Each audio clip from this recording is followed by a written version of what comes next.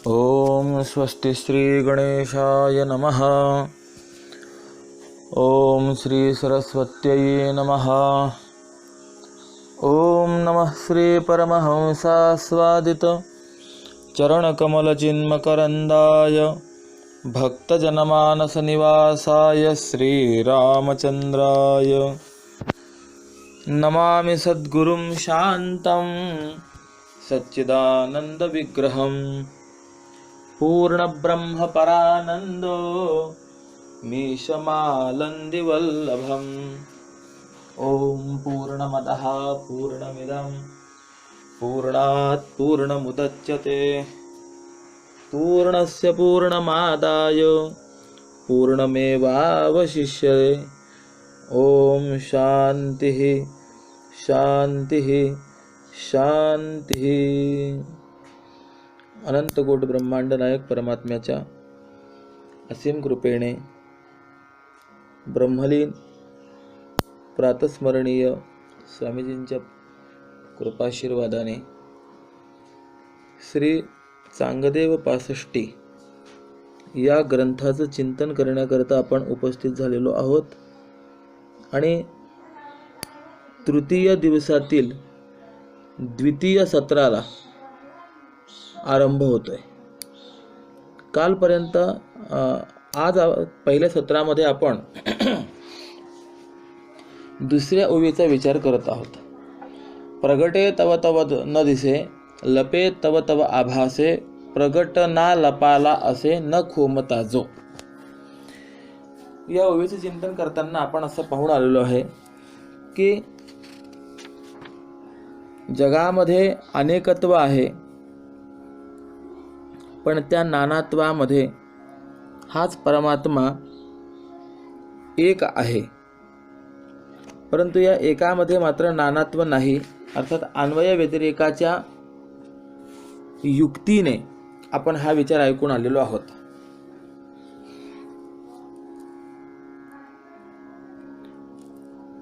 म्हणजे नानात्व न दिसे आणि लपे तव तव आभासे, म्हणजे नानात्व आभासे, किंवा एक नुसते प्रगटे आभासे नाही आणि नानात्व जे आहे ते केवळ आभासे असं, किंवा तसंच जग हे लपत नाही पण एक आत्मा मात्र लपला, किंबहुना एकात नानात्व लपलं नाही, कारण हे एक म्हणजे स्वयंप्रकाश आहे आणि उलट एकरूप ज्या वेळेला प्रगट होतं त्यावेळेला नानात्व भासत नाही आणि नानात्व भासतं त्यावेळेला एकरूप हे लपत असतं, असा विचार आहे।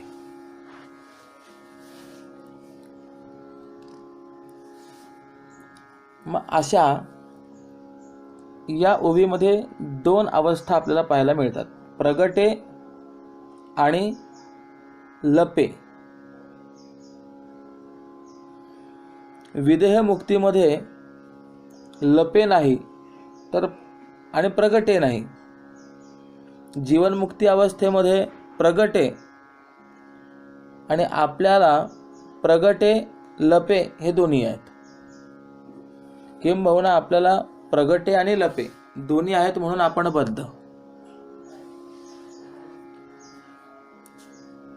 स्वरूपतः परमात्मा हा ज्ञान आणि अज्ञानाला विषय नाही म्हणून तो प्रगटही झालेला नाही आणि लपलेलाही नाही आहे, म्हणून पारमार्थिक आहे म्हणून कल्पित अज्ञानाची विषयता नाही, आणि स्वयंप्रकाश आहे म्हणून त्याच्या ठिकाणी वृत्ती ज्ञानाची विषयता नाही। तात्पर्य काय तर ज्याला जो म्हणजे परमात्मा कळला नाही त्याच्याकरता तो लपे, आणि त्यातही सामान्यतः न लपे परंतु विशेषतः लपे, कारण सामान्य हे कधीच लपत नाही आणि प्रगटही होत नाही। किंबहुना प्रगटे लपे आणि भासे यांचा सार अर्थ जर आपल्याला लक्षात घ्यायचा असेल तर एकत्व कळणं म्हणजे प्रगटे, एकत्व न कळणं म्हणजे लपे, आणि नानात्व वाटणं म्हणजेच भासे, असे यांचे अर्थ करावे लागतील. म्हणून यामध्ये नेहमी लपेच नाहीये, कारण लपे म्हणजे एकत्व न कळणे हे नेहमी असतं, तर सुषुप्ती आणि समाधी अवस्था राहिली नसते. बरं, तसंच नेहमी प्रगटेही नाही आहे, म्हणजे एकत्व कळत असायतला हे भाग नाही आहे. कारण नेहमी प्रगटे असं जर असतं तर जागृती आणि स्वप्न अवस्था आली नसती. पण जागृती स्वप्न या दोन लपण्याच्या अवस्था आहेत आणि समाधी व सुषुप्ती या दोन प्रगटण्याच्या अवस्था आहेत, परंतु दोन्ही अवस्थांमध्ये न कळता प्रगटे असा प्रकार आहे.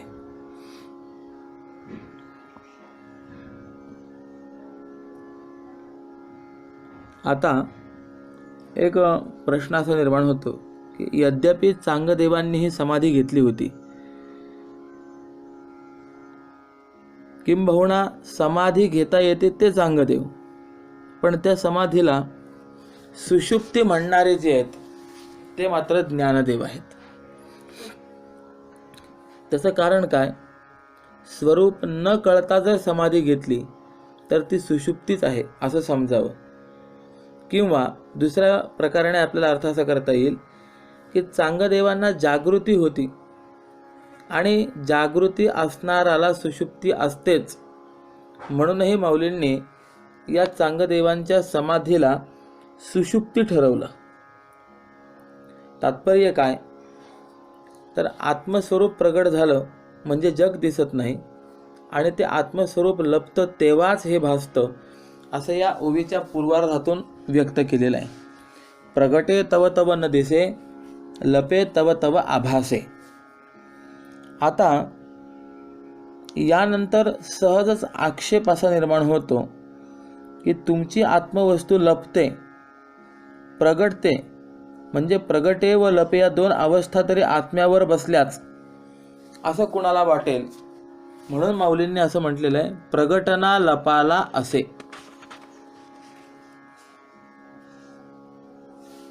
म्हणजे हा जो नकार आहे, हा नकार सुद्धा देहली दीपक न्यायाने दोन्हीकडे लावायचा आहे. न प्रगट न लपाला असा करायचा आहे. एखादा शब्द दोन्हीकडे जर वापरला जात असेल तर त्याला देहली दीप न्यायाने तो वापरला असं म्हटलं जातं. उदाहरणार्थ, घरामध्ये अंधार आहे आणि अंगणातही अंधार आहे, दिवा एकच आहे. तो दिवा जर घरात लावला तर घरातील अंधकार जाईल, खोलीतील अंधकार जाईल, परंतु अंगणामध्ये अंधकार राहणारच आहे. मग एकाच दिव्याने दोन्हीकडे प्रकाश पडावा असं जर वाटत असेल तर तो दिवा उचलावा आणि उंबऱ्यामध्ये ठेवावा. उंबऱ्यात दिवा ठेवला तर त्याचा प्रकाश हा आपल्याला अंगणातही मिळतो आणि घरातही मिळतो. मग जसा एकच दिवा दोन्हीकडे उपयोगाला आला, त्याप्रमाणे एकच शब्द जर दोन्ही बाजूला आपण लावला तर त्या ठिकाणी तो देहली दीपक न्यायाने लावला असं म्हणता येतं. मग त्याप्रमाणे प्रगट ना लपाला असे, तर यामध्ये प्रगट ना लपाला हा जो काही ना आहे तर हा देहली दीपक न्यायाने दोन्ही बाजूला लावायचा आहे. म्हणजे प्रगटला ना लपाला ना असा. कारण प्रगट व लपे हे सर्व अध्यारोपातील भाषा आहे. परमार्थतः तो प्रगटणेही शक्य नाही आणि लपणंही शक्य नाही आहे.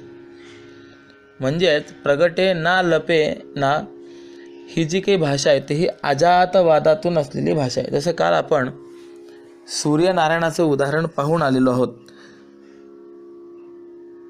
की त्याच्या ठिकाणी उदयत्वही नाही, अस्तित्वही नाही, पण आपण त्यावरती आरोप करतो. हे जसं आहे त्याप्रमाणे असो. मग आता प्रश्न असा निर्माण होतो की आता जर असं आहे तर आम्हाला हे जग का भासतं?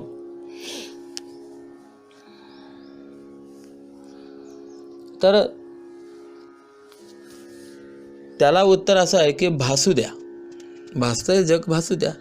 कारण की ज्ञानोबराय म्हणतात न खोमता, म्हणजे हे जग भासलं तरीसुद्धा आत्म्याचं काहीच बिघडत नाही. खोमता याचा अर्थ आहे क्षोभता, त्याच्यामध्ये कोणताही विकार निर्माण न होता ते जग भासतं. कारण आकाशातील मेघातून पडणारा पाऊस आकाशाच्या समसत्तेतला असून जर आकाशाला भिजवत नाही तर विषमसत्तेतील जगाचा आत्म्याला संपर्क कसा लागेल. म्हणून जग भासलं तरी आत्म्याचं बिघडत नाही. किंबहुना यालाच विवर्तवाद असं म्हटलं गेलेलं आहे. हा विवर्त कसा आहे या संदर्भामध्ये पुढे आपल्याला चिंतन येणार आहे, म्हणून आत्ता विवर्तवादाची प्रक्रिया सांगत नाही. आणि या पद्धतीने जर आपण पाहिलं तर चांगदेव 65 आणि अमृतानुभव या दोन्ही ग्रंथांमध्ये विवर्तवाद आणि अजातवाद हे दोनच वाद स्वीकारलेले आहेत. म्हणून या पहिल्या 1.5 ओवीतून विवर्तवाद सांगितला आणि दुसऱ्या ओवीच्या उत्तरार्धात अजातवाद सांगितला असं आपल्याला म्हणता येईल.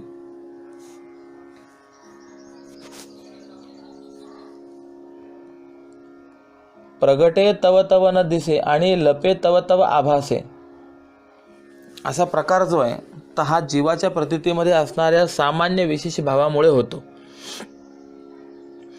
तर वास्तविक परमात्मा हा प्रगट किंवा लपलेला नाही, तर तो नित्योपलब्धी स्वरूपोयम आत्मा, असा नित्य उपलब्ध स्वरूप आहे. म्हणून तो प्रगट अवस्था किंवा लपलेली अवस्था या स्वरूप दृष्टीने सहनच करत नाही. आणि हेच माऊलींनी न खोमता या पदाने सांगितलं आहे. कारण परब्रह्म हे अविकारी आहे, अविनाशी आहे. विश्वोत्पत्तीरूप विकासाला, आविर्भावाला व विश्वसंहाररूपी संकोचाला म्हणजे तिरोधानाला जो परमात्मा आपणच अभिन्न निमित्तोपादान कारण आहे व अधिष्ठान आहे. विश्वात दिसणारी सत्ता आणि विश्वाचं प्रत्यक्ष ज्ञान जो परमात्मा आपणच आहे, म्हणजे विश्वात या सत्ता व स्फूर्ती ही कुणाची आहे तर परमात्म्याचीच आहे. मग आता पुढे असा प्रश्न निर्माण होतो की निरुपाधिक ब्रह्माला जगत कारणत्व संभवत नाही, म्हणून उपाधीचं साह्य घेऊन अर्थात सोपाधिक ब्रह्माला जगत कारणत्व संभवतं. म्हणून सांगून ब्रह्मावर हा नसता अपवाद आहे असं सांगतात. बहु जव जव होये तव तव काहीची न होये, काही न होनी आहे अवघाची जो. या ओवीचा अर्थ असा आहे की जो परमात्मा जसजसा वाढत जातो तसं तसं जगत काही नाहीच असं होत जातं. वस्तुतः तो परमात्मा काहीही न बनता आपल्या अंगाने सदाचा परिपूर्ण आणि सद्रूपानेच आहे. किंवा याचा अर्थ असा की जेव्हा जेव्हा तो अनंत ब्रह्मांडाच्या रूपाने होतो परमात्मा, तेव्हा तेव्हा तेव्हा तो परमार्थतः तो काहीच होत नाही. आणि म्हणजे अर्थात काहीच न होता म्हणजे स्वरूपात विकार न होता जो संपूर्ण जगाच्या रूपाने आहे, अधिष्ठानाच्या स्वरूपात तात्विक बदल न होता अध्यस्त रूपाने अन्यथा प्रतीती, यालाच विवर्तवाद असं म्हणतात. या ओवीमध्ये स्पष्ट रीतीने विवर्तवाद सांगितलेला आहे.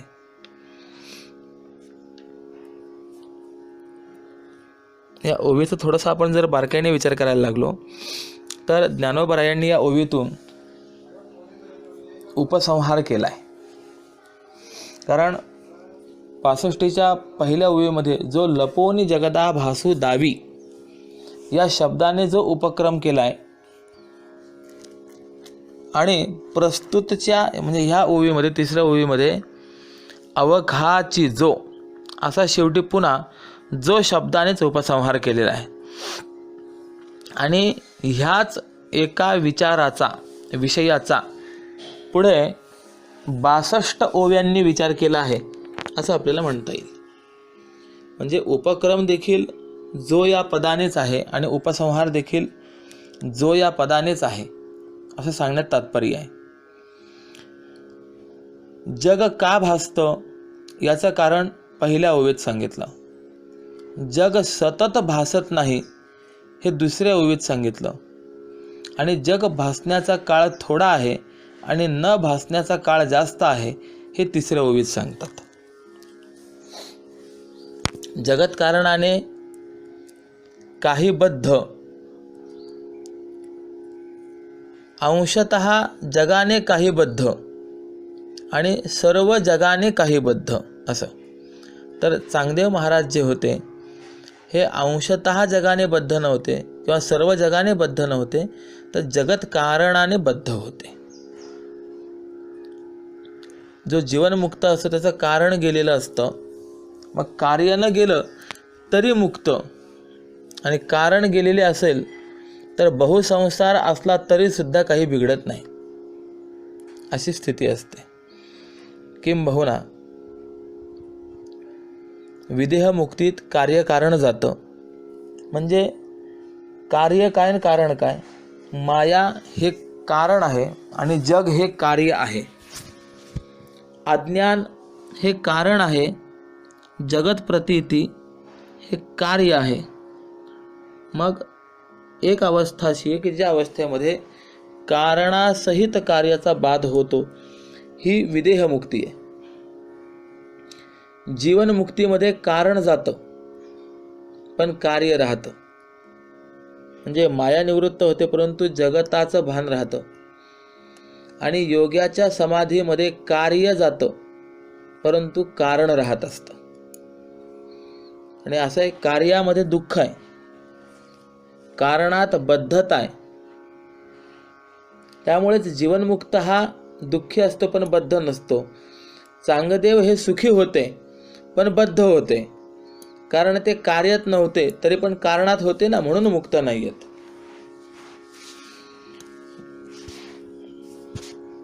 किंबहुना वरचा सिद्धांत पुन्हा सांगतो. विदेहमुक्त पुरुष हा पुरुष स्थितीत राहतो, जीवनमुक्त पुरुष हा कार्यात राहतो आणि योगी पुरुष हा नेहमी कारणात असतो. योगी पुरुष जगात शोभेल पण बद्ध, आणि जीवनमुक्त पुरुष शोभणार नाही परंतु तो मुक्त असतो. किंबहुना दुःखाचे 3 प्रकार आपल्याला पाहायला मिळतील. वर्तमानकालिक दुःख, भावीकालिक दुःख आणि भूतकालिक दुःख. तर वर्तमान कालाचे दुःख हे भोगावंच लागतं. भावी कालाचं दुःख निवृत्त करणे हा पुरुषार्थ आहे.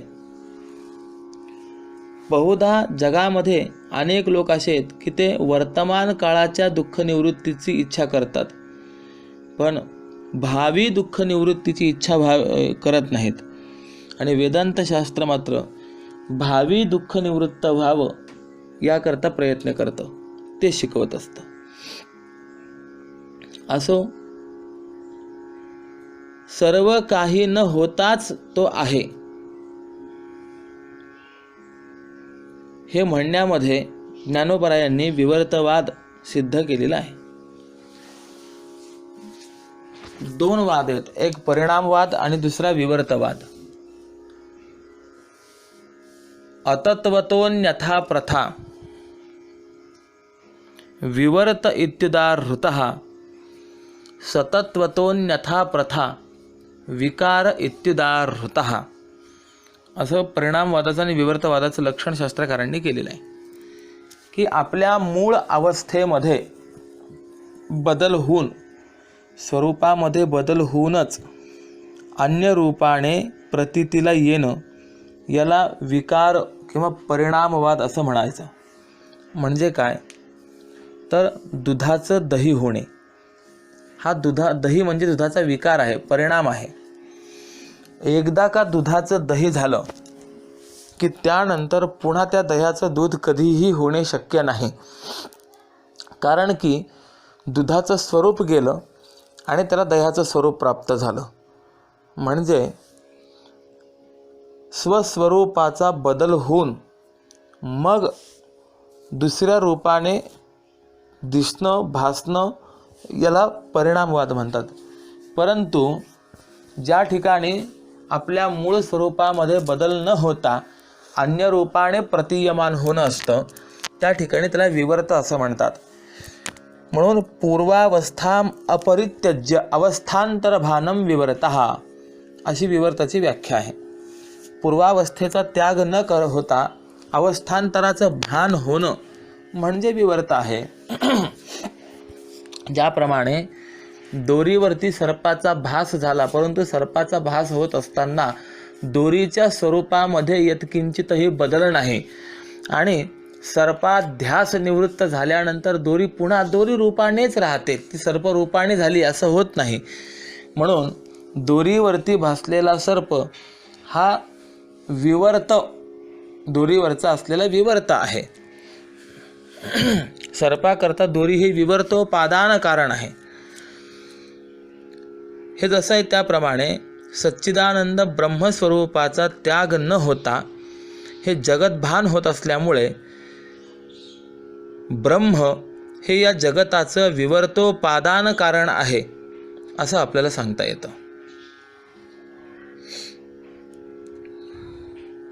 आणि या पद्धतीने जग का दिसतं हे पहिल्या ओवीतून सांगितलं की जो म्हणजे परमात्मा लपल्या वाचून जग भासत नाही आणि मग त्या लपण्याला उपलक्षण करा का उपाधी करा का विशेषण करा. यानंतर म्हणजे हे कसं आहे, उपलक्षण म्हणजे काय, उपाधी म्हणजे काय आणि विशेषण म्हणजे काय, तर याचा विचार करत असताना असं आहे, जे सर्वांगाने प्रविष्ट असतं आणि अन्य व्यावर्तक असतं त्याला विशेषण म्हणतात. शास्त्रकारांनी चिंतन असं केलेलं आहे की उदाहरणार्थ 10 घोडे धावतायत, पण त्या 10 घोड्यांमधून एक लाल रंगाचा घोडा हा अधिक तीव्र गतीने धावत होता, म्हणून शोणोद्धृतम धावती असं म्हटलं गेलं की लाल रंगाचा घोडा हा अधिक वेगाने धावतोय. इथे लाल रंग हा जो काही शब्द वापरले गेले तर हे लाल हे त्या घोड्याचं झालं विशेषण. या विशेषणाने अन्य घोड्यांपासून तो लाल घोडा हा व्यावृत्त म्हणजे वेगळा केला गेला. म्हणून जे त्या लक्ष्यामध्ये सर्वांगाने प्रविष्ट असतं आणि अन्य व्यावर्तक असतं त्याला विशेषण म्हणा. मग परमात्मा लपल्या वाचून जग भासत नाही, मग हे जे लपणं आहे या लपण्याला त्याचं विशेषण म्हटलं तरी चालेल, हरकत नाही, बिघडत नाही. यानंतर उपलक्षण म्हटलं तरी चालेल. उपलक्षणाचं लक्षण काय आहे, जे प्रविष्ट होत नाही आणि एकांगाने असतं आणि अन्य व्यावर्तक असतं त्याला उपलक्षण असं म्हटलं जातं. मग हे भगवंताचं लपणं जे आहे, परमात्म्याचं लपणं जे आहे ते उपलक्षण म्हटलं तरी चालेल किंवा उपाधी म्हटलं तरी चालेल. उपाधीचं लक्षण काय हो शास्त्रकारांनी दिलेलं, जे प्रविष्ट होत नाही पण सर्वांगाने असतं आणि अन्य व्यावर्तक असतं त्याला उपाधी असं म्हणतात. उपाधी म्हटलं तरी चालेल.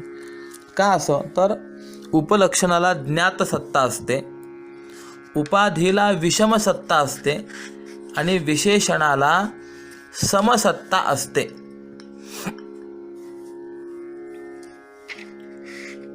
यामुळे त्या परमात्म्याच्या लपण्याला यापैकी काहीही म्हटलं तरी चालेल. असो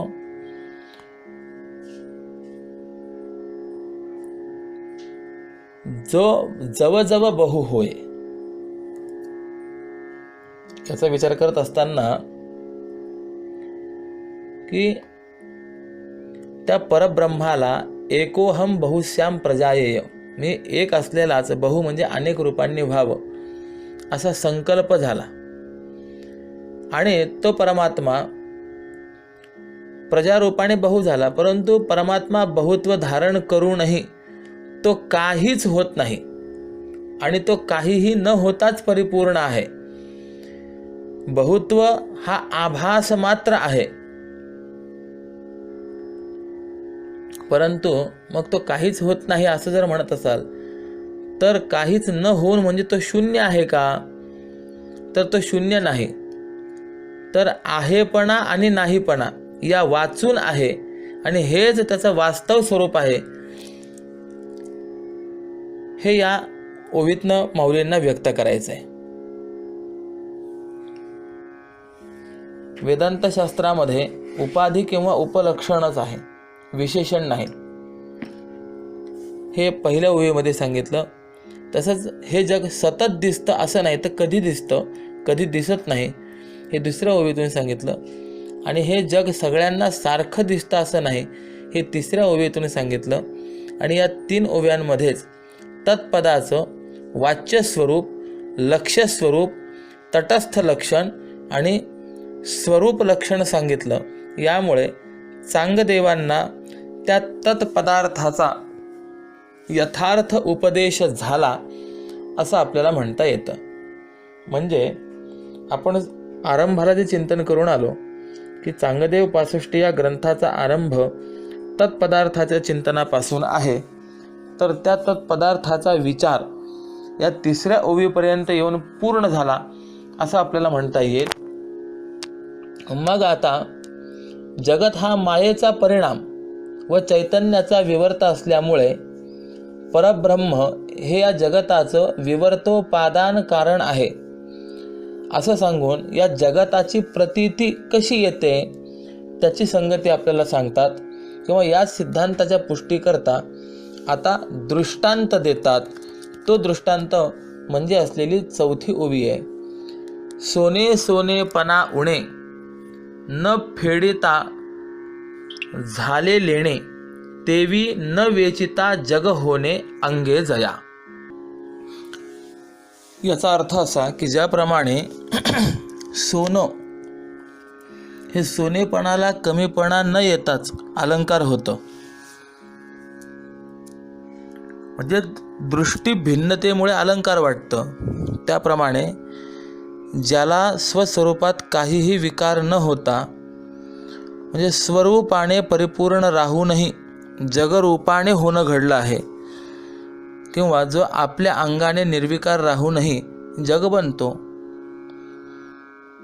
याचा आणखी सोपा अर्थ असा की सोनेपणाला उणेपणा न येता सोनं जसा अलंकार झालेला असतं त्याप्रमाणे तो परमात्मा स्वरूपतः विकारी न होता त्या परमात्म्याचं जगरूपाने होणं आहे. म्हणजे मागच्या ओवीमध्ये जो विवर्तवादाचा विचार व्यक्त केलेला आहे, पूर्वावस्थाम अपरित्यज्य अवस्थांतरभानम विवर्तः, त्याच विवर्तवादाचा विचार या ओवीमध्ये दृष्टांताने केलेला आहे.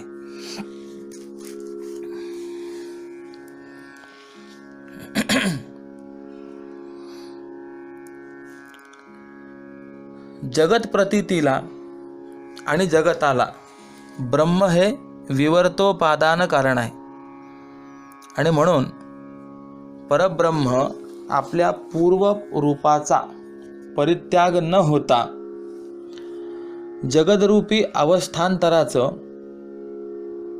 भान मात्र होतं. जसं सोन्याच्या स्वरूपाहून अलंकार भिन्न न होता सोन्याशी अनन्य असतो, शिवाय त्या सोन्याला ते शोभाच आणतो, त्याप्रमाणे विश्व म्हणजे जगत हे परब्रह्म स्वरूपापासून भिन्न न होता त्या परब्रह्म स्वरूपाशी अनन्य आहे आणि ती ब्रह्माची संपूर्णता राहून आनंदमयता आहे. यामुळे या परमात्म्याचं काही न बिघडता उलट त्याच्या ठिकाणी अधिक शोभा निर्माण होते, प्रगट होते.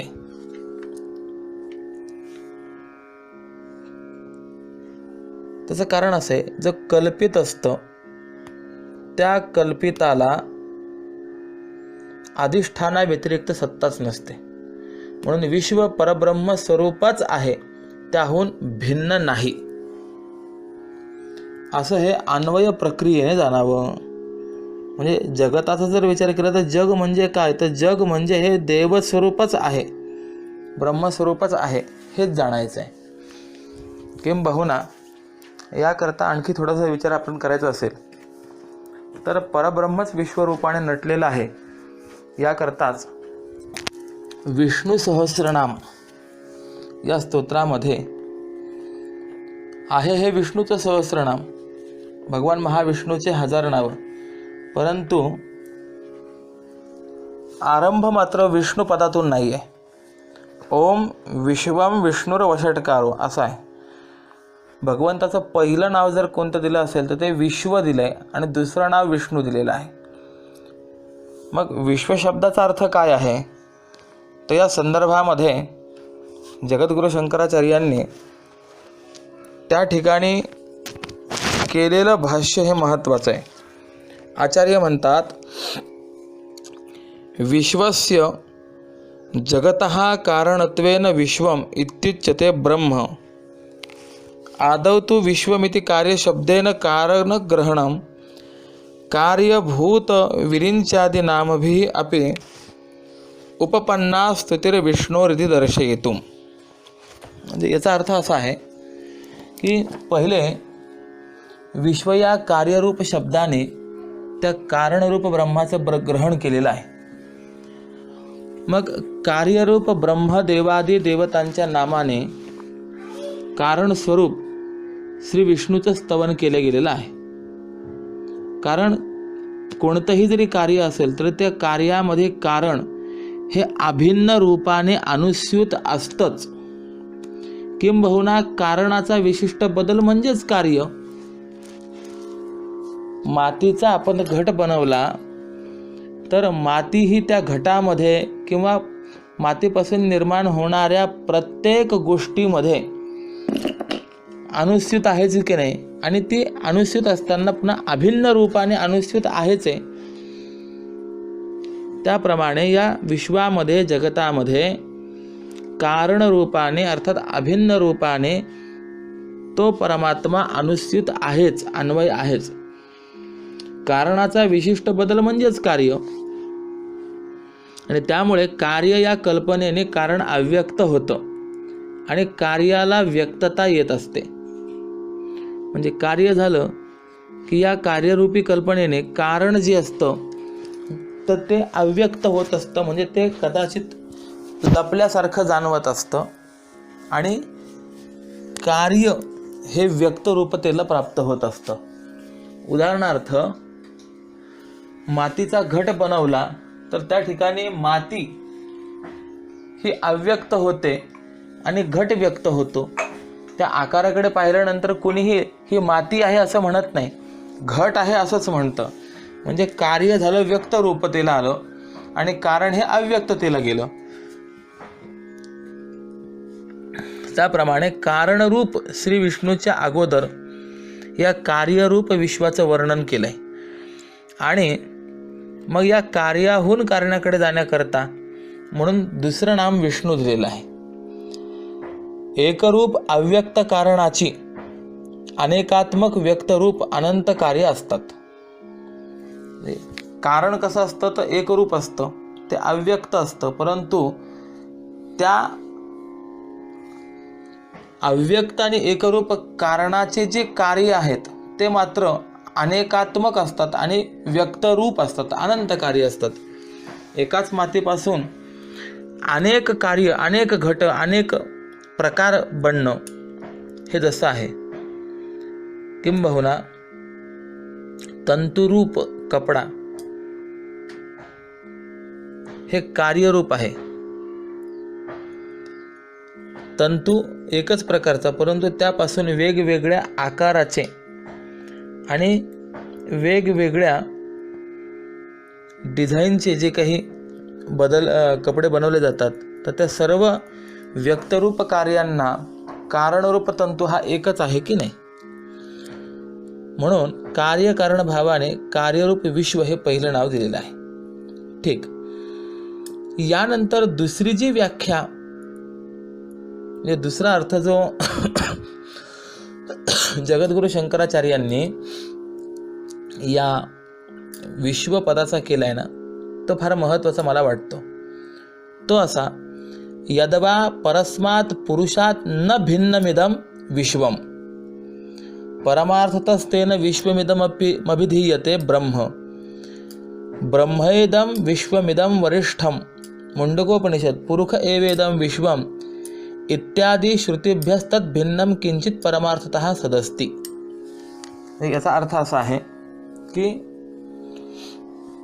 सर्व जगत हे वस्तुतः परमेश्वराहून भिन्न नाही, आणि असं असल्यामुळेच त्या ब्रह्मालाच या ठिकाणी विश्व असं म्हटलं गेलेलं आहे, असं भाष्य आचार्यांनी केलेलं आहे. बरं, महत्त्वाचं भाष्य आहे, आत्ताच्या आपल्या प्रस्तुत ओवीकरता महत्त्वाचं आहे. हे विश्व श्रेष्ठ असं ब्रह्मच आहे असं म्हणतात. हे सर्व जगत जे आहे ते हे कसं आहे, तर पुरुष स्वरूप आहे. या श्रुतींनी ब्रह्माहून वेगळं सत्य अन्य काहीच नाही हेच आपल्याला सांगितलेलं आहे. आध्यस्थ आणि अधिष्ठान असा विवर्त प्रक्रियेने जर आपण विचार केला तर भासलेली वस्तू ही अधिष्ठानाहून वेगळी नसते, तर ती अधिष्ठान रूपच असते. म्हणून भासलेल्या वस्तूने पण अधिष्ठानाचाच उल्लेख केला जातो. म्हणून विश्व या नामाने ब्रह्मरूपच गायलेलं आहे. आणि हाच जर आपण विचार केला तर जसं सोन्याच्या स्वरूपाहून अलंकार भिन्न न होता तो सोन्याशी अनन्य असतो, त्याप्रमाणे विश्व हे परब्रह्म स्वरूपाहून भिन्न न होता ते परब्रह्म स्वरूपाशी अनन्य आहे. कारण कल्पिताला अधिष्ठाना व्यतिरिक्त सत्ता नाही, म्हणून विश्व हे ब्रह्मरूपच आहे, त्याहून भिन्न नाही. हेच अन्वय प्रक्रियेने जाणून घ्यायचं आहे. पण आता थोडासा पुढे प्रश्न येतो की सोनं आणि अलंकार यांच्यामध्ये कार्यकारण भावमूलक धार्यधारक भाव आहे, आणि विश्वाचं परब्रह्म हे विवर्तोपादान कारण आहे. त्यामुळे विश्व हे परब्रह्माहून भिन्न नाही. यद्वा परस्मात् पुरुषात न भिन्नमिदं विश्वम, म्हणजे आचार्य म्हणतात तोच भाव मौली सांगतात. आणि परब्रह्मानेच हे विश्व अंतरबाह्य सत्ता स्फूर्ती रूपाने धारण केलेलं आहे. म्हणजे धारण करणाराही तोच आणि धार्यही तोच. ही विशिष्ट भूमिका या ठिकाणी माऊली व्यक्त करतात. म्हणून विश्वाची म्हणजे नामरूपात्मक प्रपंचाची परब्रह्माहून भिन्नत्वाने किंवा सत्यत्वाने सिद्धी करण्याचा, म्हणजे शृंगार भक्तीच्या अनुकूल वातावरण निर्मितीचा प्रयत्न करू नये. सुवर्ण आणि अलंकाराप्रमाणे विश्व हा परब्रह्माचा विवर्त आहे, हे कधीही विसरता कामा नये. फक्त लक्षात एवढं ठेवायचं आहे की पूर्णतेचा औपाधिक कल्पित आकारभेद आहे, आणि तो सौंदर्याच्या द्वारा आनंदाच्या अंगाने आहे. प्रकारभेद किंवा स्वतंत्र सत्ताभेद नाही, हा विचार या ओवीमध्ये व्यक्त केलेला आहे. या ओवीमध्ये या विवर्तोपादानाला दृष्टांत दिलाय ना. मग आता दृष्टांत का देतात याचा विचार करत असताना थोडंसं असं सांगितलं जातं की पहिल्या 3 ओव्यांमध्ये वस्तुस्थितीचा सिद्धांत सांगितला, आणि युक्ती, प्रमाण आणि अनुभव असे 3 गोष्टी शास्त्रकारांनी विचारात घेतलेल्या आहेत. ज्याला अनुभवानं पटलं त्याला उत्कृष्ट अधिकारी म्हणा, ज्याला प्रमाणाने पटलं त्याला मध्यम अधिकारी म्हणा, आणि ज्याला युक्तीने पटलं त्याला कनिष्ठ अधिकारी म्हणावं. मग प्रमाण म्हणजे आपल्याला किंवा उभय पक्षाला जे ग्रंथ मान्य आहेत ते प्रमाण ठरवावे. कारण आपले ग्रंथ सर्वांना मान्य असतीलच असं नाही, आणि ज्या वेळेला आपले ग्रंथ सर्वांना मान्य नाहीत त्यावेळेला नास्तिकाला युक्तीने थांबवावं आणि आस्तिकाला थांबवावं, तो मानील त्या ग्रंथाच्या आधाराने. किंबहुना ज्ञानोबराय तुकोबरायांना मानणारे श्रोते वक्ते असतील तर तिथे गाथेतील प्रमाण द्यावं, आणि जे प्रमाण मानत नाही त्यांना युक्ती सांगावी. जे लोक नास्तिक तर नाही व श्रुती प्रमाण मान्य आहे पण सांगितलेलं पटत नाही असे जे असतात त्यांना युक्ती सांगावी लागते. आणि या उभय मताला मान्य असणारा दृष्टांत देणं याचंच नाव काय आहे? युक्ती आहे. म्हणून दृष्टांत हा उभय संमत असावा लागतो. पण काही वादी लोक जे असतात हे दृष्टांतात लटपट करतात, म्हणून दृष्टांत सांगण्याचा अधिकार वक्त्याचा आहे आणि श्रोत्यांच्या अनुभवाचा असावा तो दृष्टांत, एवढं मात्र खरं आहे. उदाहरणार्थ, रज्जू सर्पाकार भासी येले जगडंबर असं म्हटलं की जग हे रज्जू सर्पाप्रमाणे दिसतं की लगेच वादी लोक अडवतात. रज्जू ज्ञानवानाला सर्प दिसतो का? नाही. मग ब्रह्मज्ञान झालं तर त्याला जग का दिसतं असं म्हणतात. तर याला म्हणावं की दृष्टांत देण्याचं तुला कोणी सांगितलं? दृष्टांत मी देणार. आरशाचं आणि मुखाचं ज्ञान झालं तरी आतमुख दिसतं, तसं ब्रह्मज्ञान झालं तरी जग दिसतंच. म्हणजे आरशाचं आणि मुखाचं ज्ञान जरी झालं तरी आरशात मुख दिसतं की नाही, त्याप्रमाणे ब्रह्मज्ञान झालं तरी जग दिसतं. मग तो म्हणतो आरशाचा तो स्वभावच आहे. तर मग असं सांगता येईल की आरशाचा जर तसा स्वभाव आहे तर अविद्येचा जग दाखवण्याचा स्वभाव का नसावा? पण अविद्येने कितीही जरी जग दाखवलं तरी परमात्म स्वरूपात उणेपणा येत नाही. या सिद्धांताला माऊली त्या 4थ्या ओवीमध्ये हा दृष्टांत देतात की सोने सोनेपणा उणे न येताची झाले लेणे. सोनेपणामध्ये उणेपणा न येता, कमीपणा न येता ते लेणे म्हणजे अलंकार झालं. मग या दृष्टांतामध्ये काय आहे? कार्यकारणाचा विचार आहे. सोनं हे कारण आहे आणि अलंकार हे कार्य आहे. आरंभवादात कार्यकारणाचा भेद असतो आणि कारणं अनेक असतात, परंतु अंतिम कारण हे कधीही नष्ट होत नाही. थोडासा परिणामवादाचा जर विचार केला तर त्यामध्ये कारण एकच असतं पण ते नष्ट होतं, आणि अद्वैतवादामध्ये कारण एकच असतं पण नष्ट होत नाही. अर्थात कारण नष्ट होत नाही हे परिणामवादी सांख्यशास्त्रकारांना शिकवलंय, आणि कारण अनेक नसतात हे आरंभवाद्यांना या ठिकाणी सांगितलेलं आहे. असं थोडंसं प्रक्रियेने सांगतो.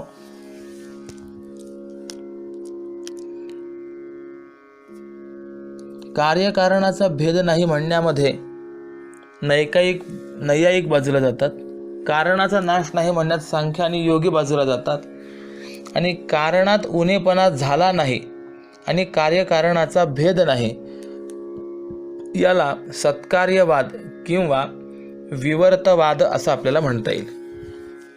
मग चांगदेव ज्ञानोबरायांजवळ काय शिकले?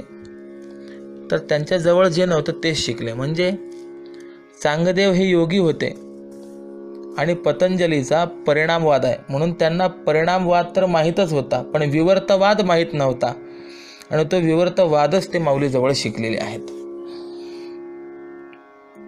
तात्पर्य असं आहे, सुवर्णालंकाराचा दृष्टांत हा कोणत्या वादात बसतो ते पाहायचं. जिथे कारणात बदल झालेला दिसत नाही व कार्याचा बाध होतो त्याला विवर्तवाद असं म्हणतात, आणि तोच विवर्तवाद या ठिकाणी सुवर्ण अलंकार या दृष्टांताने दाखवलेला आहे. कसा, तर सोन्याचे कितीही अलंकार बनवले तरी अधिष्ठान असलेलं जे सोनं आहे ते उणं झालं का? नाही. का? कारण कल्पित पदार्थात कार्याने कारण उणं हे होत नसतं. वास्तव कार्य झालं की कारण उणं होत असतं, असा नियम आहे. परंतु सुवर्णालंकार दृष्टांतात अलंकारात जरी भेद झाला तरी तो भेद कल्पित आहे, म्हणजे वास्तव असलेल्या सोन्यात भेद नाही. म्हणून कल्पित भेदात अधिष्ठानाचं काहीच बिघडत नाही. म्हणून हा सोन्याचा दृष्टांत मृत्तिकेच्या म्हणजे मातीच्या दृष्टांतापेक्षाही श्रेष्ठ आहे. कारण मातीचा घट भाजण्यात तरी मातीचा बदल होतो, पण सोन्याचे अलंकार झाले तरी सोन्यामध्ये कोणताही बिघाड होत नाही. अलंकारा ते आले, बाळका सोने वाया गेले. अलंकाराला आलं म्हणजे आकाराला आलं तर जे मंद बुद्धिमान आहेत त्यांना ते असं वाटतं की सोनं वाया गेलं. तर वाया गेलं का वाया गेलं असं वाटलं तर वस्तुतः ते वाया गेलेलं नाही, तर वाया गेलं असं वाटलं. म्हणूनच सोनेपणा उणे न येताची झाले लेणे, असं माऊली बोलतात की सोन्याचं काहीही न बिघडता जसं लेणं झालं तसं ब्रह्माचं काहीही न बिघडता, म्हणजे त्याच्या स्वरूपामध्ये कोणताही बदल न होता त्यामध्ये परिणाम न पावता हे जग झालं. आणि इतकं जग झालं भासलं तरी सुद्धा स्वरूपात काही उणं न होणं हा अध्यासवाद आहे. अर्थात असं आहे बरं का की चांगदेव पासष्टीचा अध्ययन करताना पहिले हे सगळे वाद प्रक्रियेनुसारे सोडवून घ्यावेत, ग्रंथाच्या माध्यमातून ते व्यवस्थित जाणून घ्यावेत आणि तदनंतरच या वादांकडे किंवा या ग्रंथाकडे प्रवृत्त व्हावं. म्हणजे या ठिकाणी कोणता वाद आहे, त्या वादाचं स्वरूप काय आहे हे लक्षात आल्यानंतर ती ओवी कळणं हे जरा आणखी सोपं जाणार आहे. ते सगळे वाद आत्ता या ठिकाणी मी सांगत नाही. असो, उदाहरणार्थ ज्याच्या अंगाचा म्हणजे स्वरूपाचा तर काही वेच झालाच नाही व जग झाले म्हणजे तुला भासले, नाटकासारखं. उदाहरणार्थ बालगंधर्व हे नाटकात सुभद्रा झाले ना, तसे म्हणजे सुभद्रा झाला तसे भासले असं. तर तात्पर्य असं आहे, दृष्टांत 3 प्रकारचे असतात. एक व्यतिरेकी दृष्टांत, एक अन्वय दृष्टांत आणि एक अन्वय व्यतिरेकी दृष्टांत, असे एकंदरीत दृष्टांताचे 3 प्रकार आहेत. त्यापैकी सुवर्ण आणि अलंकाराचा अन्वय व्यतिरेकी दृष्टांत आहे. घट आणि घटत्वाचा केवलान्वयी दृष्टांत आहे आणि घोडा गाढव हा केवल व्यतिरेकी दृष्टांत आहे. श्रीमंत कुंभार असेल तर त्याच्या घरी घोडा असतो व गाढवही असतात. राजाच्या घरी घोडा असतो पण गाढव नसतं.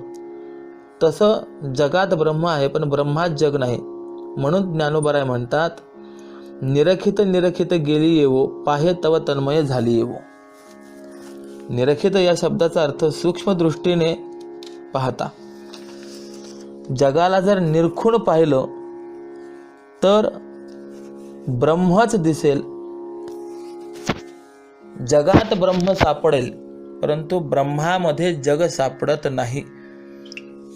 हा झाला अन्वय व्यतिरेक.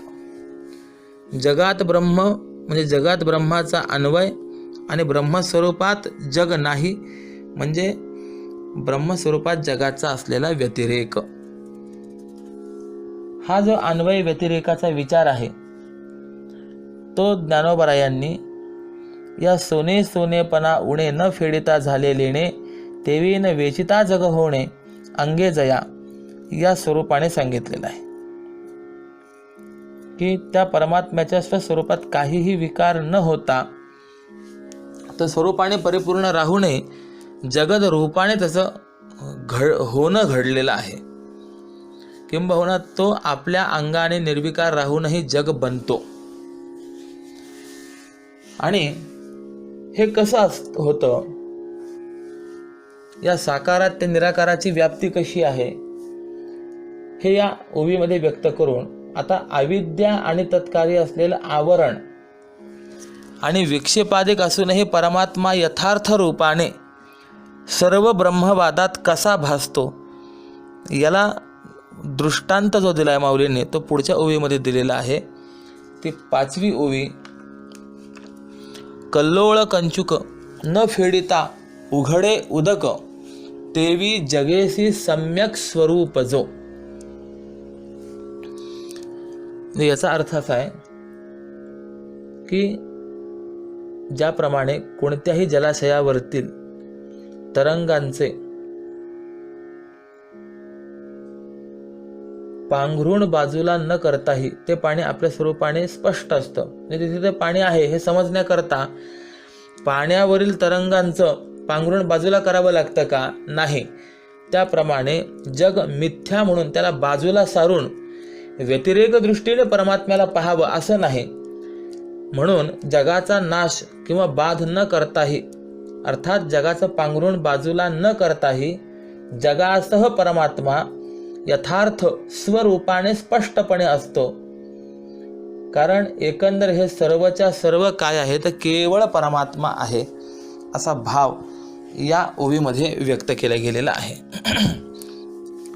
लाटांचं वस्त्र न फेडता पाणी जसं उघडं आहे त्याप्रमाणे ज्याचं स्वरूप जगाच्या स्वरूपाने स्पष्ट आणि उघडं आहे असा तो परमात्मा आहे. हा दृष्टांत देखील फार महत्त्वाचा आहे की पाण्यावरील कल्लोळाचे कंचुक म्हणजे आवरण हे फेडावं लागत नाही. म्हणजे लाटा बाजूला साराव्या लागत नाहीत. लाटा या बाजूला न सारताही त्यात उघड उघड जसं पाणीच असतं, किंवा लाटांकडून पाहिलं तर लाटा कल्पित आहेत आणि पाण्याकडून पाहिलं तर सर्व पाणीच आहे. म्हणून कल्लोळ कंचुक हे वेगळं करायची गरज आहे का? नाही. कारण तू ज्याला कल्लोळ म्हणतोस ते सगळं पाणीच आहेस ना. तसं तू ज्याला जग समजतोस ते सर्व सम्यक परमात्मा स्वरूपच आहेस. परमात्मा जग नाही, पण सर्व जग मात्र परमात्मा स्वरूपच आहे. उदाहरणार्थ देतात, जसं समुद्रात स्नान करताना एक लाट जाऊ द्यावी लागते आणि दुसरी लाट आली नाही अशा मध्यसंधीत स्नान करून बाहेर निघावं लागतं. त्याप्रमाणे एक वृत्ती उठलेली मावळली व दुसरी वृत्ती उठली नाही अशा मध्यसंधीतच त्या परमात्मा दर्शन घ्यावं लागतं. आणि अशा संधीचा अभ्यास जर हळूहळू वाढवला तर आपण ज्याला जग म्हणतो ते जग परमात्म्याचंच स्वरूप आहे असं आपल्याला कळेल. आता थोडासा विचार करा, लाट निर्माण कुठे होते? तर उत्तर देता येईल, लाट पाण्यावर निर्माण होते. राहते कुठे? तर पाण्यावरच राहते. विरते कुठे? पाण्यातच विरते. म्हणजे सर्वं जगदिदं त्वत्तः जायते, सर्वं जगदिदं त्वत्तस्तिष्ठते, सर्वं जगदिदं त्वयिलयमेष्यति. इथपर्यंतचा विचार आला. जगताच्या उत्पत्ती स्थिती संहाराकरता हेतू कारणभूत केवळ तो परमात्माच आहे, सर्व मान्य झालं. पण आता जग म्हणजे काय असा जर प्रश्न विचारायचा असेल तर तेच लाटेचा दृष्टांत द्यावायचा आहे की शेवटी लाट म्हणजे काय असा जर आपण प्रश्न विचारला तर उत्तर काय आहे? तर एका पाणी या व्यतिरिक्त लाट म्हणून दुसरं काही नाहीच आहे. स्थिर शांत असलेल्या पाण्याला ज्या वेळेला वायूचा धक्का बसतो त्यावेळेला त्या शांत स्थिर पाण्यामध्ये क्षोभ निर्माण होऊन ते पाणीच लाटेच्या स्वरूपाने राहत असतं. म्हणजे याचा अर्थ असा आहे की लाट म्हणजे पाणीच आहे. हे जसं आहे त्याप्रमाणे जगत आपल्याला जगताच्या रूपाने दिसत जरी असेल, अनेक वेगवेगळे आकार नामरूप जरी त्या ठिकाणी दिसत असतील तरी त्या नामरूपाच्या आकाराने नटलेलं ते केवळ परमात्मा तत्वच आहे, हे यातून व्यक्त करायचं आहे. जगत निर्माण होतं परमात्मा स्वरूपापासून, जग राहतं परमात्मा स्वरूपाच्या आधाराने अधिष्ठानावर, जग शेवटी विलीन होतं परमात्मा स्वरूपातच. आणि जग जग म्हणजे काय असेल तर जग म्हणजे केवळ परमात्माच आहे, असा भाव या ठिकाणी आपल्याला व्यक्त करायचा आहे. किंबहुना लाट आणि जलाशयातील पाणी हे जसे स्वरूपतः प्रतीतिकालीही एकच असतात. म्हणजे ज्यावेळेला आपल्याला लाटेचा आणि पाण्याचा प्रत्यय येतो त्यावेळेला सुद्धा हे स्वरूपतः कसे आहेत, एकच असतात. प्रतीतिकाळ म्हणजे आपल्याला ते दिसतात त्यावेळेला हे कसे एकच आहेत. मग यात चंचल लाटांमध्ये निश्चळ पाण्याची व्याप्ती आहे की नाही? आहे.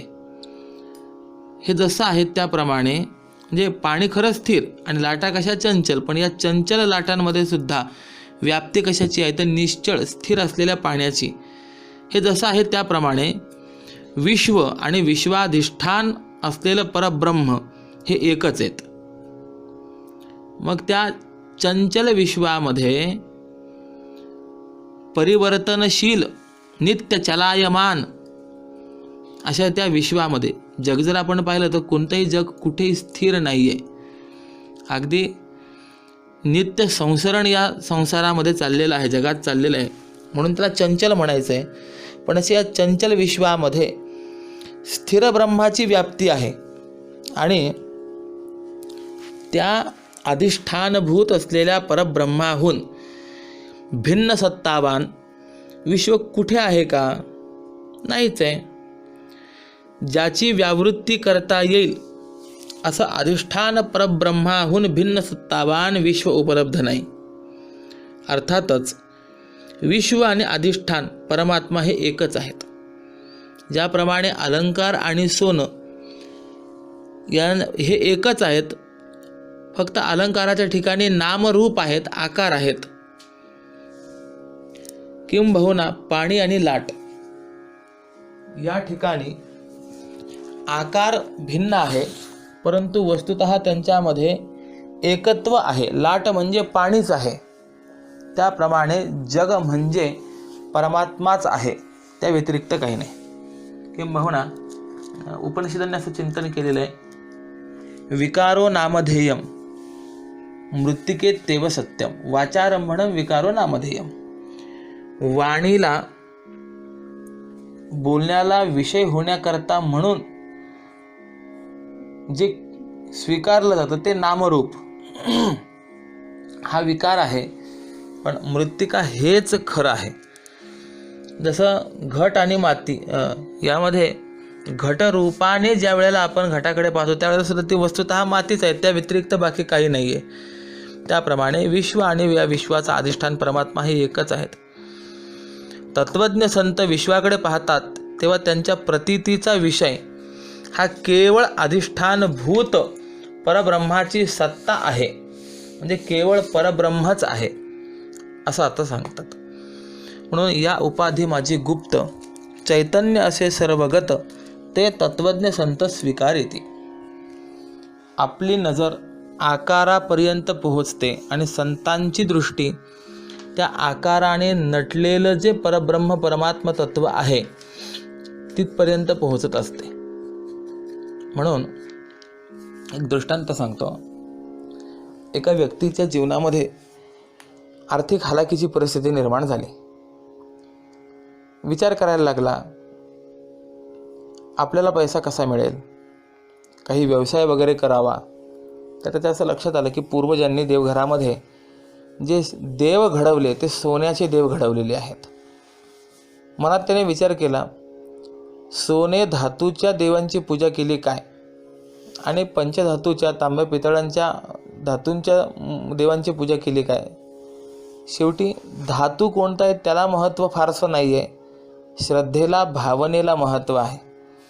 आणि म्हणून त्याने असा विचार केला, सोन्याचे देव आपण काढून टाकूया, तात्पुरते काही दिवस अन्य धातूंचे देवांची पूजा करू आणि परिस्थिती अनुकूल झाली तर पुन्हा सोन्याचे देव बनवू.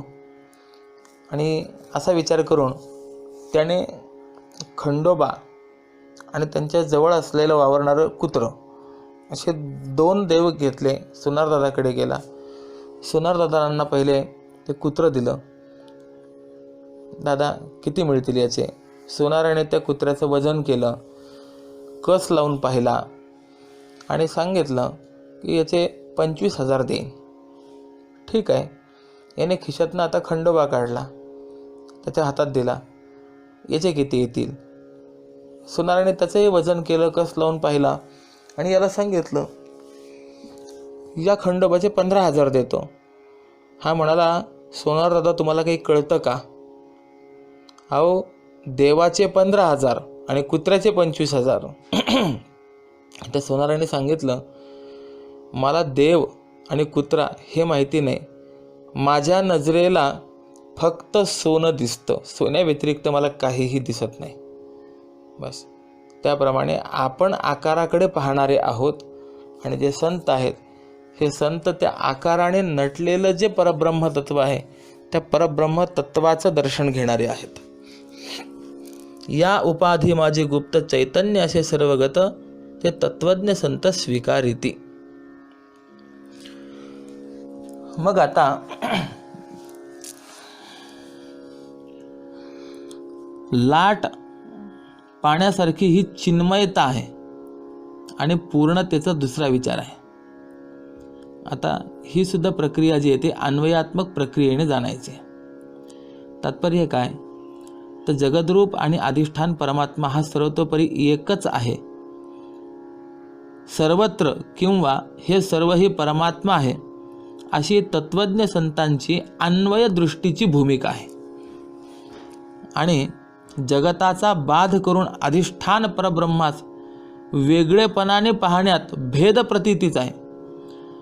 आणि जे जे दृष्टीस दिसले ते ते ब्रह्मस्वरूप आहे असं पाहण्यामध्ये अभेद प्रतीती आहे आणि हाच सर्व ब्रह्मवाद आहे.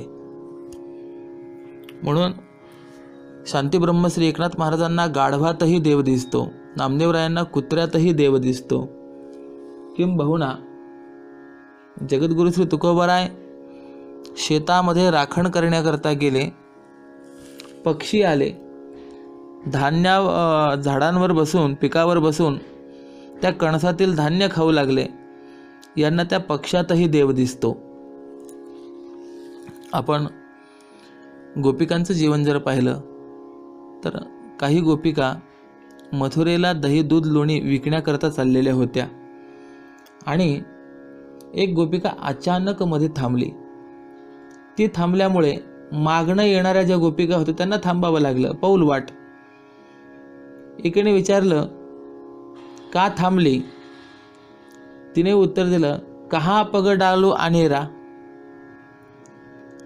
अगं पाऊल कुठे ठेवावं हा प्रश्न पडला.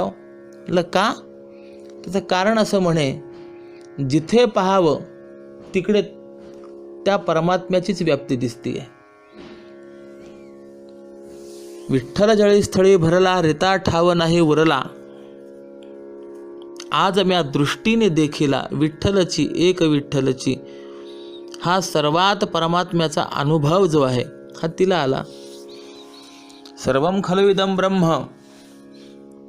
हा ब्रह्मवाद तिच्या या वाक्यामध्ये पाहायला मिळतो. म्हणून अन्वय दृष्टीरूप सर्व ब्रह्मवादात, म्हणजे सर्व ब्रह्मच आहे, सर्वम खलु इदं ब्रह्म, या सर्व ब्रह्मवादात म्हणजे ब्रह्म प्रक्रियेत जे जे दिसेल ते ते ब्रह्मरूप आहे या सिद्धांतालाच पुन्हा एक दृष्टांत देतात. किंवा परमात्मा हा जगाचा विवर्त कारण आहे हे दाखवण्याकरता तिसरा दृष्टांत दिलेला आहे. परमात्मा स्वरूपात बदल न होता तो परमात्माच या जगत रूपाने दिसतोय हे सांगण्याकरता म्हणून दिलेला दृष्टांत जो आहे तो पुढची असलेली 6वी ओवी. परमाणूची या मांदिया पृथ्वीपणे न वचेची वाया, तेवी विश्वस्फूर्ती इया झाकवेणा जो. म्हणजे परमाणूंच्या समुदायाने किंवा समुदायामुळे पृथ्वीपणाला जसा बाध येत नाही, कारण परमाणूंचा समुदाय हा एक व्यर्थ कल्पित वस्तू आहे, त्याप्रमाणे विश्वाची स्फूर्ती हे कल्पित ज्ञान असल्यामुळे परमात्मा या कल्पित स्फूर्तीमुळे झाकला जात नाही.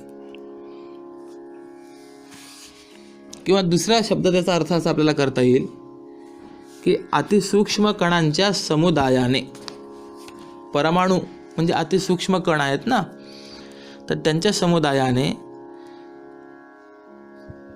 पृथ्वीच्या पृथ्वीत्वाचा म्हणजे पार्थिवत्वाचा वेच होतो का? नाही. पृथ्वीपणे व्यर्थ जाते का? जात नाही. म्हणजे अतिसूक्ष्म कणांचा समुदाय म्हणजे मातीचा ढेकूळ पाहताना पृथ्वीपणा दृष्टी आड होत नाही, परंतु ढेकळाच्या प्रतीतीत पृथ्वीपणाची प्रतीती नाहीशी होत नाही.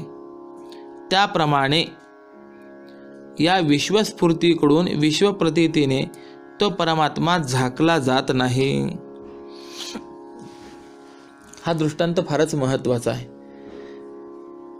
किंबहुना थोडासा क्लिष्ट अशा पद्धतीचाही आहे.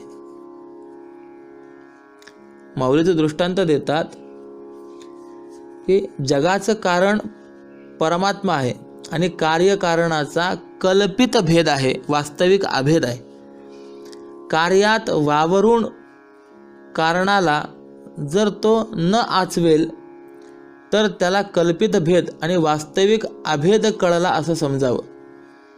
म्हणून मनुष्याने नेहमी जगात वावरावं, परंतु परमात्म्याला अंचवू नये, तरच तो कृतार्थ होतो. हा विचार माऊलींना या ठिकाणी अभिव्यक्त करायचा आहे.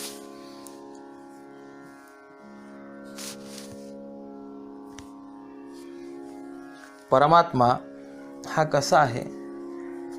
परिपूर्ण, संपूर्ण, पूर्ण आहे. आणि ती पूर्णता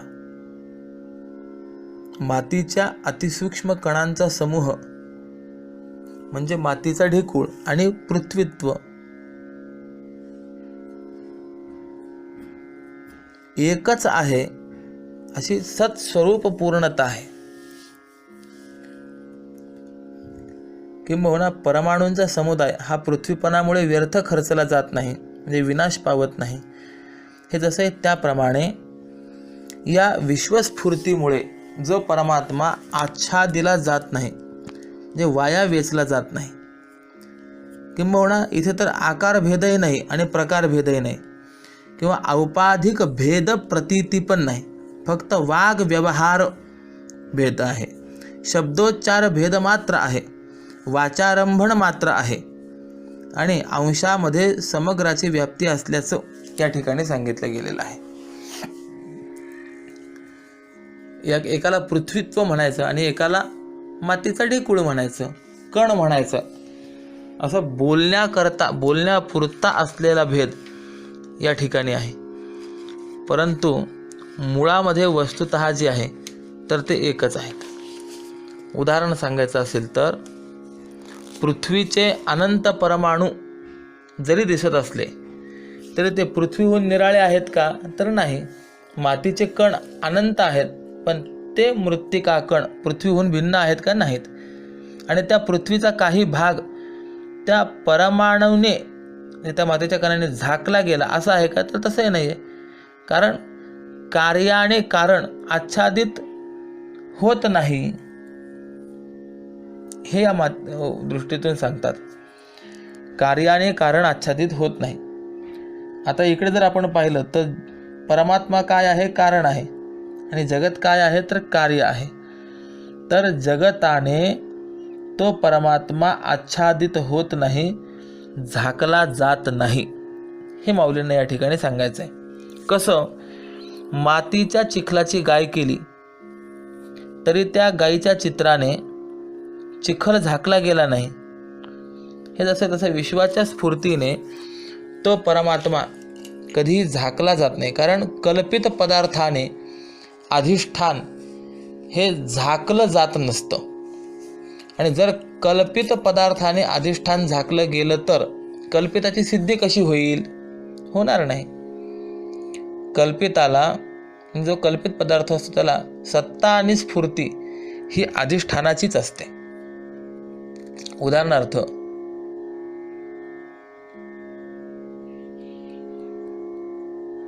घटहा भाती का मृत्तिका भाती, म्हणजे घट भासतो का माती भासते, तर आपल्याला उत्तर देता येईल मृत्तिका एव भाती, मातीच भासते. त्याप्रमाणे जग भाती नाही, तर अस्ति भाती आणि अस्ति भाती हे एकच आहेत. तात्पर्य काय, तर विश्वस्फूर्ती म्हणजे विश्वात स्फूर्ती आहे, पण विश्वाची स्फूर्ती नाही, तर ती या परमात्म्याचीच स्फूर्ती आहे. किंबहुना या स्फूर्तीचे सुद्धा काही प्रकार आहेत. एक स्वरूपभूत स्फूर्ती आहे आणि एक वृत्तिरूप स्फूर्ती आहे. त्यामध्ये वृत्तिरूप स्फूर्ती ही अध्यस्त असते आणि स्वरूपभूत स्फूर्ती ही अधिष्ठान असते. प्रश्न अनेक आहे. स्फूर्ती कुणाची? बरं, स्फूर्ती ही विकार आहे का विवर्त आहे? तर उत्तर देता येईल विवर्त आहे. मग जडाची स्फूर्ती आहे का चैतन्याची? जडाची स्फूर्ती आहे असं म्हणावं तर व्याघात दोष येतो, आणि चैतन्याची म्हणावं तर चैतन्य असंग आहे. पण मानलीच तर चैतन्याची स्फूर्ती मानावी लागते, कारण विश्वाचा लय होतो, स्फूर्तीचा लय होत नाही. विश्वाला अस्तित्व नाही, स्फूर्तीला अस्तित्व आहे.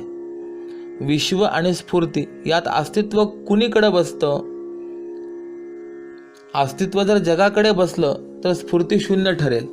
म्हणून स्फूर्तीचा व्यवहार आणि घट, यात घट तर विश्वांतर्गत आहेच, पण घटाच्या स्फूर्तीचा व्यवहार देखील विश्वांतर्गत आहे.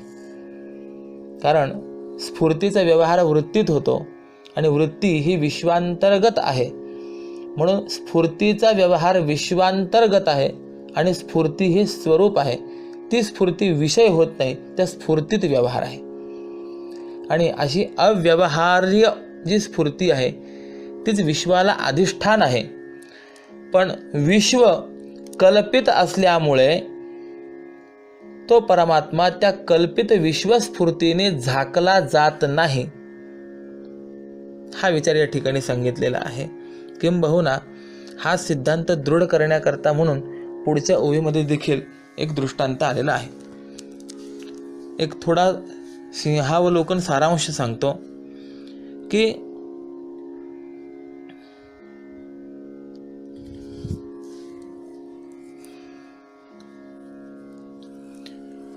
ही जी असलेली स्फूर्ती वगैरे आहे, तर पहिली आनंदमयतेच्या दृष्टीने पूर्णता 4थ्या ओवीत, दुसरी चिन्मयतेच्या दृष्टीने पूर्णता 5व्या ओवीत आणि तिसरी सद्रूपतेच्या दृष्टीने पूर्णता 6व्या ओवीत सांगितलेली आहे. आणि अद्वैतेच्या दृष्टीने चौथी पूर्णता 7व्या ओवीत या पुढे सांगितलेली आहे. म्हणजे वास्तविक ही पूर्णता कशी आहे, तर सच्चित आनंदाद्वय या क्रमाने न सांगता आनंद चित सत अद्वय या क्रमाने सांगितले गेलेली आहे. कारण सत हे चराचरात विश्वात प्रस्फुरित म्हणजे प्रगट होतं, ते घटपटात जडातही प्रगट होतं. चित हे घटपटात प्रगट होत नाही, ते फक्त बुद्धिवृत्तीतच प्रगट होतं. आणि आनंद हा केवळ बुद्धिवृत्तीतही अभिव्यक्त प्रगट होत नाही, तर अंतर्मुख असलेल्या स्थिर वृत्तीतच तो प्रस्फुरित म्हणजे प्रगट होत असतो. आणि ही प्रगटता लक्षी यावी म्हणून आनंद चित सत यांची या क्रमाने उदाहरणं दिलेली आहेत, पूर्णता प्रतिपादन केली. आणि आता ही जी काही पुढची असणारी 7वी ओवी आहे, या ओवीमध्ये प्रगटतेचा क्रम सतचित आनंद असा अनुक्रमाने स्वीकारून अद्वयता आणि पूर्णता या ठिकाणी सांगतात. ती ओवी कशी आहे? कळांचेनी पांघुरणे चंद्रपा हरपो नेणे का वन्ही दीपपणे आन नोहे. या ओवीचा विचार हा उद्या सकाळपासून आपण करणार आहोत. आत्ताचं हे वाङ्मयीन पुष्प स्वामीजींच्या चरणारविंदी समर्पित करतो आणि माझ्या वाक्प्रपंचाला या ठिकाणी विराम देतो. ओम पूर्णमदः पूर्णमिदं पूर्णात् पूर्णमुदच्यते पूर्णस्य पूर्णमादाय पूर्णमेवावशिष्यते. ओम शांतिः शांतिः शांतिः. पुंडलिक वरदा हरि विठ्ठल श्री ज्ञानदेव तुकाराम पंढरीनाथ भगवान की जय. माऊली ज्ञानेश्वर महाराज की जय. जगद्गुरु श्री तुकाराम महाराज की जय. नमः पार्वती पतये हर हर महादेव. श्रीमद सच्चिदानंद सद्गुरु श्री स्वामी स्वरूपानंद महाराज की जय. ओम राम कृष्ण हरी.